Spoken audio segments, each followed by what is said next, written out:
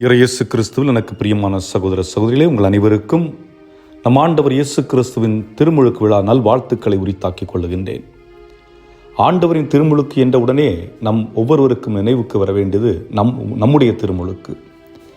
நாம் அனைவரும் திருமுழுக்கு பெற்று இயேசுனுடைய பிள்ளைகளாக, இயேசுனுடைய குடும்ப அங்கத்தினராக மாறியிருக்கின்றோம் என்பதை நாம் மறந்துவிடக்கூடாது. ஏன் இந்த திருமுழுக்கு முக்கியத்துவம் வாய்ந்தது? இயேசுடைய திருமுழுக்கு ஏன் அடையாளமாக நமக்கு காண்பிக்கப்படுகின்றது என்பதை சிந்திப்பதற்காக நாம் இன்று அழைக்கப்பட்டிருக்கின்றோம். திருமுழுக்கு என்ற வார்த்தையை எண்ணுகின்ற பொழுது முதல் எனக்கு நினைவுக்கு வருவது ஒரு யூத பெண்மணி. யூத குடும்பத்திலே ஜெர்மனியிலே 1899 ஆண்டு பிறக்கின்ற ஒரு குழந்தை. இந்த குடும்பம் யூத சமூகத்தில் சொல்லப்பட்டிருக்கின்ற சட்டத்திட்டங்களை அவ்வாறே கடைபிடித்து வருகின்ற ஒரு குடும்பம். சிறு வயதிலே குழந்தைகளுக்கு அவர்களுடைய சட்டத்திட்டங்கள் சொல்லிக் கொடுக்கப்படுகின்றது. நம்முடைய வாழ்வு எப்படிப்பட்டதாக இருக்க வேண்டும் என்று சொல்லிக் கொடுக்கப்படுகின்றது. ஆனால் அங்கே என்ன நிகழ்கிறது என்றால், அந்த குடும்பத்தில் பிறந்த அந்த பெண் குழந்தை தன்னுடைய 14ஆம் வயதில் தன்னுடைய பெற்றோர்களிடத்தில் சொல்லுகின்றது, எனக்கு கடவுள் நம்பிக்கை இல்லை, கடவுள் என்று ஒருவர் இருக்கிறார் என்பதை என்னால் ஏற்றுக்கொள்ள முடியவில்லை என்று கடவுள் நம்பிக்கை அற்ற ஒரு குழந்தையாக அந்த குழந்தை வளர்கிறது. ஆனால் அறிவிலும் ஞானத்திலும் சிறந்து விளங்குகின்ற ஒரு குழந்தை. போக போக தத்துவையில் பயில்கின்றது, ஆசிரியராக பணியாற்றுகின்றது. ஜெர்மனி முழுவதும் சென்று பல கல்லூரிகளிலே மற்றவர்களுக்கு பாடம் நடத்துகின்ற ஒரு பெண்மணியாக உயர்ந்து நிற்கின்றாள். ஆனால் அவளுக்குள்ளே ஒரு தாகம், ஒரு கேள்வி, உண்மை என்றால் என்ன? உண்மை என்றால் என்ன? இந்த உண்மையை தேடி கண்டுபிடிக்க வேண்டும் என்று அவள் ஒவ்வொன்றிலும் தேடுகின்றாள். இறையியலில் தேடுகின்றாள், தத்துவியலில் தேடுகின்றாள், பல ஆராய்ச்சிகளை மேற்கொள்ளுகின்றாள், பலரிடம் பேசி அறிவுரைகளை பெறுவதன் மூலமாக தெரிந்து கொள்ள முற்படுகின்றாள். ஆனால் எங்குமே இந்த உண்மைக்கான விடை அவளுக்கு கிடைக்கவில்லை. ஒரு நாள் தன்னுடைய மாமனார் அத்தையினுடைய இல்லத்திற்கு செல்லுகின்றாள். அங்கே ஒரு புத்தகத்தை பார்க்கின்றாள். அந்த புத்தகம் 15ஆம் நூற்றாண்டிலே தூய அபிலா தெரசா எழுதிய அவளுடைய வாழ்க்கை பதிவு. அந்த புத்தகத்தை எடுத்து வாசிக்கின்றாள். அன்று இரவு முழுவதும் தூங்காமல் அந்த புத்தகத்தை வாசித்து முடிக்கின்றாள். வாசித்து முடித்தவள் மறுநாள் சொல்லுகின்றாள், நான் உண்மையை கண்டு கொண்டேன். உண்மை என்பது வேறு எதுவும் இல்லை, இயேசு கிறிஸ்துவே அந்த உண்மை என்று அவள் உணர்கின்றாள். உணர்ந்தவள் விவிலியத்தை எடுத்து வாசிக்கின்றாள். விவிலியத்தை வாசித்த பின்பு திருச்சபையினுடைய மறைக்கல்வி புத்தகமாகிய catechism of the Catholic Church என்ற புத்தகத்தை வாசிக்கின்றாள். வாசித்து உண்மையை புரிந்து கொள்ளுகின்றார். இயேசு ஒருவரே உண்மை என்ற உண்மையை புரிந்து கொண்டவள் திருமுழுக்கு பெற வேண்டும் என்பதற்காக தன்னுடைய பெற்றோரை அணுகுகின்றாள். ஆனால் பெற்றோர்கள் அவள் தாய் இதற்கு எதிர்ப்பு தெரிவிக்கின்றாள். காரணம் என்ன?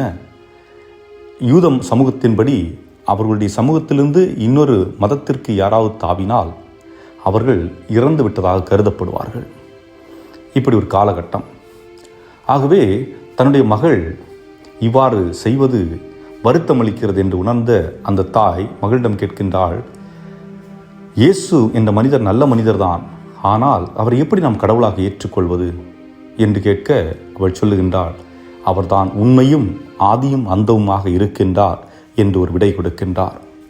அதன் பின்பு அவள் திருமுழுக்கு பெற்றது மட்டுமல்லாமல் ஒரு அருட்சகோதரியாக அடைபட்ட கார்மல் சபையிலே அருட்சகோதரியாக வாழ்ந்து இயேசுவுக்காக 2ஆம் உலகப் போர் காலகட்டத்திலே தன்னுடைய உயிரை நாசி படையினர் வழியாக கையளிக்கின்றார்.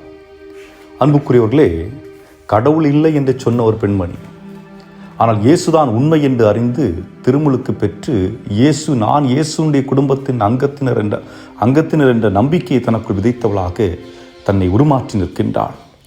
அதுதான் திருமுழுக்கு. இயேசு நமக்கு காட்டுகின்ற அந்த அடையாளம் திருமுழுக்கு என்பது நாம் ஒவ்வொருவரும் ஒரு உண்மையை புரிந்து கொள்ள வேண்டும். நாம் திருமுழுக்கு பெற்றது முதல் இயேசுடைய குழந்தையாக மாறி நிற்கின்றோம். பலர் என்று சொல்லலாம், ஒருவருக்கு அறிவு தெளிவு வந்த பிறகுதான் கடவுளுடைய பிள்ளையாக மாற வேண்டும் என்று. அப்படி அல்ல. பிறந்த ஒரு குழந்தையை, என்றால் யூத சமூகத்தில் பார்த்தீர்கள் என்றால் 8ஆம் நாளிலே விருத்த சேதனம் செய்வார்கள் குழந்தைகளுக்கு. அதாவது அன்று கடவுளுக்கு அவர்களை காணிக்கையாக ஒப்புக் கொடுக்கின்ற நாள். ஆனால் அவர்கள் அந்த குழந்தை வளரட்டும், அதற்கு பிறகு செய்யலாம் என்று இருக்கின்றார்கள். இல்லை, தன்னுடைய குழந்தை உண்மையான கடவுளை தேர்ந்தெடுத்து செல்லட்டும் என்பதுதான். அதுபோன்றுதான் திருமுழுக்கு என்பது நம்முடைய பெற்றோரால் நமக்கு கொடுக்கப்படுகின்றது. ஆனால் இன்று பல நாடுகளிலே பெற்ற திருமுழுக்கை நாங்கள் திருமுழுக்கு பெற விரும்பவில்லை என்று திருப்பி செலுத்தக்கூடிய சட்டத்தை கேட்டுக்கொண்டிருக்கின்றார்கள். ஆக அப்படிப்பட்ட சூழலிலே திருமுழுக்கின் முக்கியத்துவத்தை நம்முடைய முன்னாள் திருத்தந்தை 2ஆம் ஜான் பால் II எப்படி சொல்லுகிறார் என்று பார்ப்போம். ஒரு நாள் அவரிடம் ஒரு பேட்டி கேட்கப்படுகின்றது. அந்த பேட்டியின் பொழுது அவரிடம் ஒரு கேள்வி கேட்கப்படுகின்றது. அதாவது, உங்கள் வாழ்வில் மகத்தான நிகழ்வு என்ன என்பதுதான் அந்த கேள்வி. அந்த மகத்தான நிகழ்வு என்ன என்று கேட்கின்ற பொழுது அவர் தன்னுடைய தான் குருவான் நாளை சொல்லவில்லை, ஆயராக திருநிலைப்படுத்தப்பட்ட நாளை சொல்லவில்லை, திருத்தந்தையாக உயர்த்தப்பட்ட நாளை சொல்லவில்லை. இன்னும் அவர் பல பட்டங்களை பெற்றிருந்தார், 2-3 PhD பட்டங்கள். ஆனால் அவற்றை எதையுமே அவர் குறிப்பிடவில்லை. என்ன சொல்லுகின்றார்? நான் திருமுழுக்கு பெற்றதுதான் என்னுடைய வாழ்வின் மகத்தான நாள், திருமுழுக்கு பெற்ற நாள் தான் என்னுடைய வாழ்வின் முக்கியமான நாள் என்று திருத்தந்தை 2ஆம் ஜான் பால் சொல்லுகின்றார்.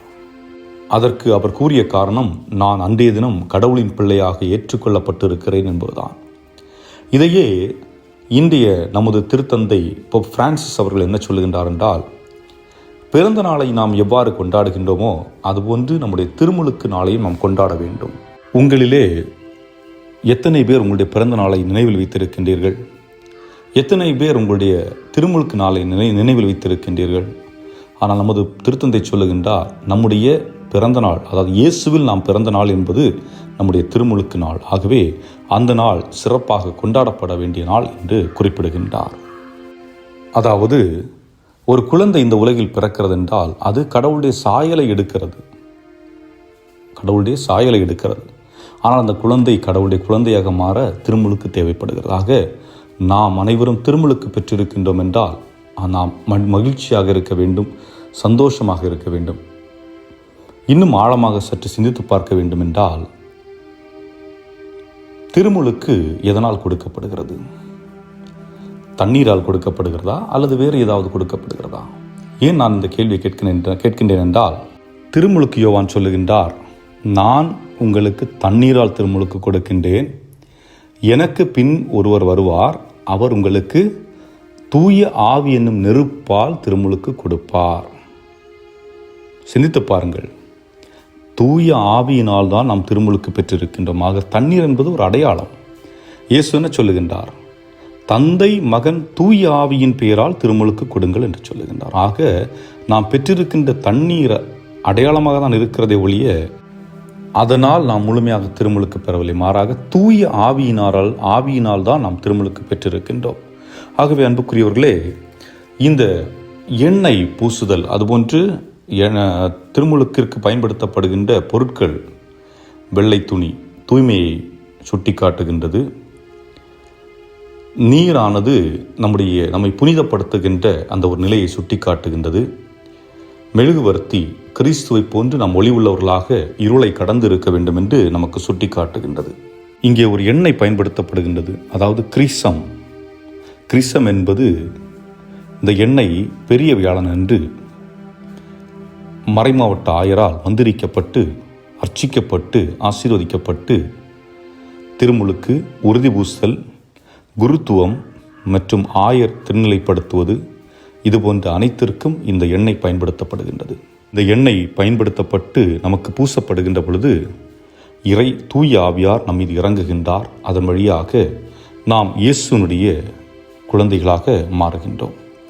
அன்புக்குரியவர்களே, திருமுழுக்கு முக்கியமானது. ஆனால் திருமுழுக்கு பெற்ற நம்முடைய பணி என்ன என்பதற்கு ஒரு எடுத்துக்காட்டு குழந்தை திரசம்மாவுடைய வாழ்விலை நாம் பார்க்கலாம். குழந்தை திரசம்மாள் என்ன செய்கின்றார் என்றால், செய்தித்தாளிலே பார்க்கின்றார், பிரான்சினி என்ற ஒரு நபர் 3 நபர்களை கொலை செய்துவிட்டு தண்டனை தீர்ப்புக்காக காத்திருக்கின்றார். கடவுள் நம்பிக்கையற்ற ஒரு மனிதர். ஆனால் குழந்தை தெரசாள் என்ன செய்கின்றார்?